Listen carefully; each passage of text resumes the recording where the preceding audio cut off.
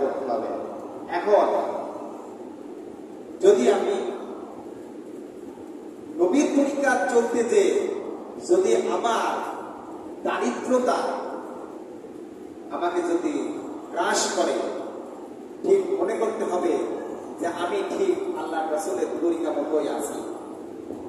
নবীর পথে চলতে চেয়ে যদি আপনার উপরে অবিচার নির্যাতন আসে, ঠিক মনে করতে হবে যে আমি নবীর তরিকার উপরে প্রতিষ্ঠিত আছি। নবীর তরিকা মতো চলতে চেয়ে যদি আমার উপরে জেদ জুলুম আসে, ঠিক মনে করতে হবে যে আমি আল্লাহ নবীর তরিকা মোতাবেকই আমি চলছি।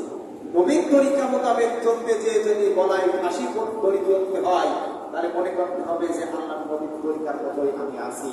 এখন এই চিন্তাধারাটা আমার ভিতরে ঢোকাতে হবে।